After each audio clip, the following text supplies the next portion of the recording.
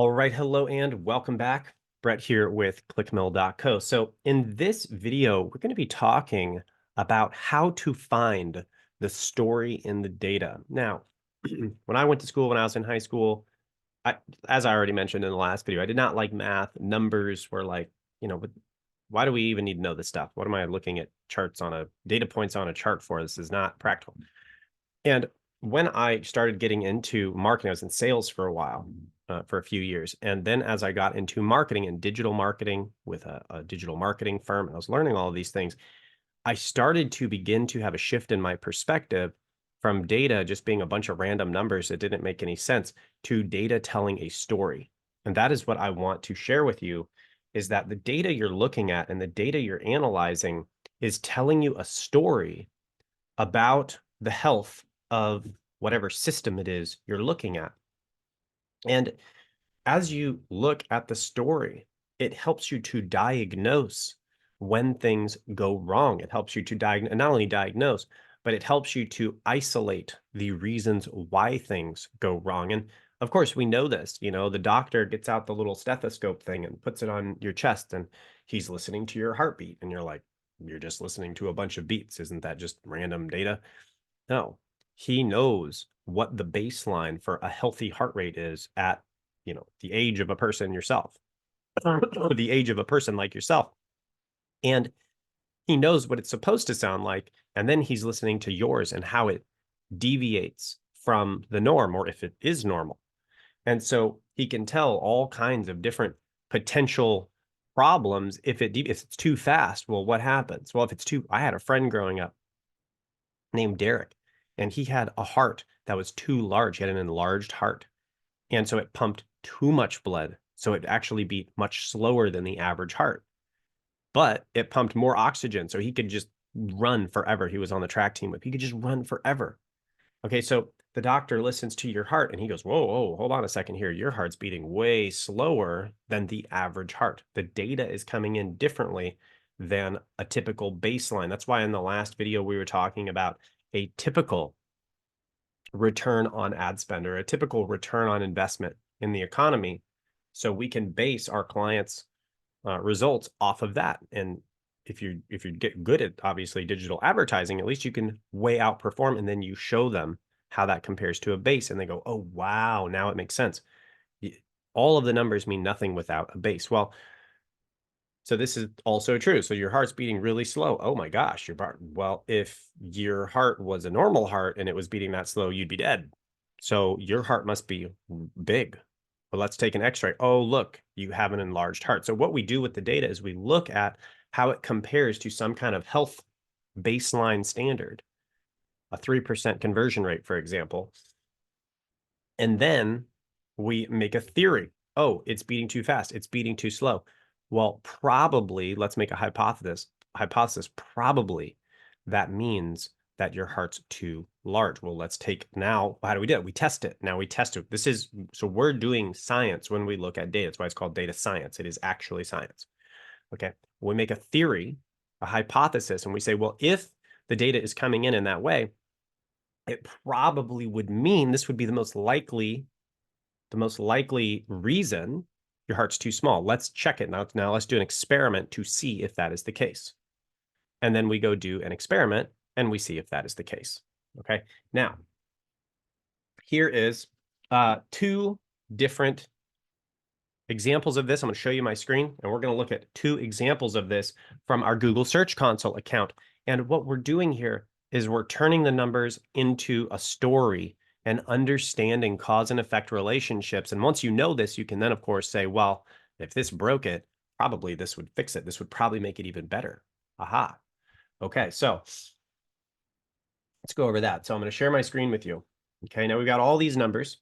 Now, here you'll see clicks, and you'll see impressions, and you'll see click-through rate, and you'll see average position. Now, I will just define these briefly.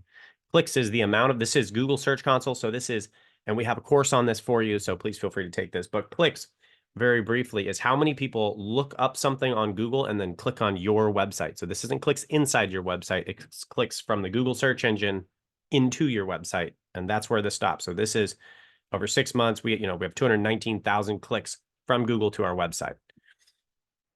Okay, we got 4 million and however many impressions there, a 5.3% click-through rate, and the average position of 17.8. Well, is this good or is this bad? What is the baseline heart rate for what's good? Okay, well, over here, this doesn't really matter, as we've already talked. Clicks doesn't really matter. How big is my industry? How big is the industry that we're in? 219,000 clicks could be really, really tiny or really, really big. And same thing with impressions. This just really doesn't matter too much unless you're trying to increase reach, not that big of a deal. But here, the click-through rate, an average click-through rate is based on your average position. Okay, so this is really important. And if I look up here, and I'm just you can look this up, and we'll go average click-through rate by Google rank. Okay, so now different studies kind of show different things, but for here, for example, search position 1 gets 40% of the clicks. I actually think it's a little closer to 30, but you'll see there is a drop off. Okay, so position 4, let's actually go down here. This is SEO smart insights for search engine optimization. Okay, so here, wow, we're getting a lot of stuff. Let's go here. There we go. Google click-through rate. Oh, that's a featured snippet. Organic. Okay, so if you're the #1 organic ranking, it's saying 34%. I would say that's probably about correct. And number 2, you immediately drop down to 17, 11. Well, if you're on page 1, right? If you're just on page 1, you should expect to see a minimum, I would say, of probably a 2% click-through rate. Okay, so when I work with websites, my baseline, because of data like this, and I've looked at a lot of different sites, this is just the first one that came up, my minimum is 2% click-through rate that I want to get when we're talking about SEO. Okay, that may be different with ads for other reasons we'll get to in an ads course, but 2%. Well, how are we doing? Oh my gosh, 5.3. We're doing pretty good. Okay, well, let's go back over here. What's 5.3? Well, that's like up here between position 6 and position 5. Okay, well, hold on a second here. You're telling me you guys rank 17.8 and you're getting click-through rates like your position 5. That's really good news, because that's we're getting click-through rates that would seem to indicate we rank much higher than we do. That's very good for our Google ranking, and that is pulling us up. Okay, now average position, and I'm just going to tell you this one. The average position of a website, a healthy website, is between 15 and 35. Okay, so we're on the upper end of this, and you'll see here yesterday even we were at 16. Well, that's about, and the highest we've ever been is like, I think 14.5, which is here, and we've hit that a number of times. It's very hard when you have hundreds of pages to go above 15, and that's why the upper end. So this is very healthy. That's what I'm saying. An average of 17 or 18, a very healthy website. Now, this is what we're looking at, and we're looking for sort of relationships between these two numbers to understand a story. Now, I'm looking at the data, and I start noticing, and you'll see here, I'll actually go backwards. We'll go to a 12-month view so you can see this a little bit better. Okay, so we're growing, and you'll notice we've been doing SEO on our site. This is actually still very high. 182 clicks a day was crazy when we got there. What is this? 292. It was just blowing our mind every day. We're like, we're getting how many? And we started with 2, 3, 4 clicks a day about 2 years ago at the time of the filming of this video. Okay, so it's growing, things are going good. It's coming up, and then we hit an all-time high here of 1,079 clicks a day, and it drops right off a cliff. Boom, down to 390. That's huge. That's a massive drop. Okay, well, this is panic mode. Not really, but it's panic mode. What is going on? Because this by itself tells us nothing. All it tells me is all the clicks are disappearing. Well, why? Okay, well, let's look. Okay, let's look at our average position. Maybe Google gave us an update right here, and our position just dropped to 0 because it doesn't like our blogs anymore. And so it dropped us to position 100 or less, and it just doesn't rank us anymore. No, our average position across all of the blogs, it looks like it dips a little bit, but nothing crazy, like 3 or 4 positions. So, okay, so no, Google still likes our blogs. They're still ranking well. Seems like that's fine. Okay, well, what's our average click-through rate? Maybe the click-through rate is going down, and that's why those clicks went down. Where does that go down? Okay, we're looking at the clicks. Look at this. Click-through rate right here. Does it really drop? I mean, a little bit, 5.6 to 4. Yeah, so like maybe 1%, but really nothing crazy. It's not dipping back down to a 0.5%. When we started this, you'll notice the click-through rate's lower, lower, lower, lower, 2.5. We started at 0.4, and we've pushed it up to an average of, we're up around 5 or 6% now. Okay, so in the big scheme of things, this is still a fine click-through rate. We're floating around 4.5 to 5. Okay, so hold on a second. So what would this indicate? If the click-through rate dropped, the reason why that would happen is because we went in, we changed all of the Google-facing data. So, let's see here. I'll give an example here. We'll go to click mill. I'm looking up a very specific keyword. We'll just go Christian business success. Let's look that up. We should have a blog. There we go. Okay. So here's a bunch of articles, obviously, from us, but here's 50 powerful Bible verses on business success or whatever. But let's say I went in. This is called the meta title. This is called the meta description. This is what gets that click-through rate up because people go, oh, that's actually what I'm looking for. Yes, I'm going to click on it. Well, if you go in and you try to optimize your posts and you change this in your website so it shows up on Google differently. So maybe instead of saying, 50 powerful Bible verses on business success, it says 50 verses about success. Well, that's much less appealing. And what would you expect to see? A drop in the click-through rate, the rate at which people are clicking on this because it's less appealing. Okay, well, a lot of times you try to make optimizations, and then what happens?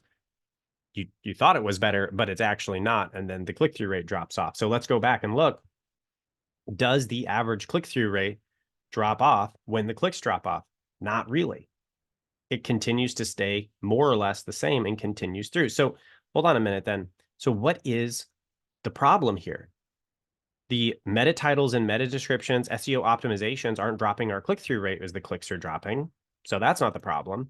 And average position stays the same. So Google's not dropping our site. Google still likes the blogs that are there because it's not dropping our position. So we're ranking fine. This isn't probably an algorithm update. Okay, well, what's left? Well, let's look. So we look here. The impressions go way down. Look at that. Okay, so the impressions are highly correlated with the drop in clicks. And so then we would say, well, okay, and again here, an impression is us right now. We're being impressed. So if I type in, Christian business success, and this pops up, we're being impressed by it. And so you can see the impression is the total number of times your listing is seen, and the clicks is the total time it is clicked. So the way you get the click-through rate is just dividing the impressions by the clicks, or the clicks, whichever way it goes, and 5%. So 301,000 is 4.9% of 6.16 million. Okay, so now what we're seeing here is essentially a direct correlation between the impressions and the total click-through rate. Well, what does that tell us? What that tells us is that we're getting far less impressions on our articles. Well, why? Because there are articles that are not showing up. And this was my sort of theory based on the story I'm reading into the data here. I'm trying to say, what does this make sense? And I'm ruling out all these options. It's not Google deranking us. It's not us messing up our SEO with our SEO optimizations.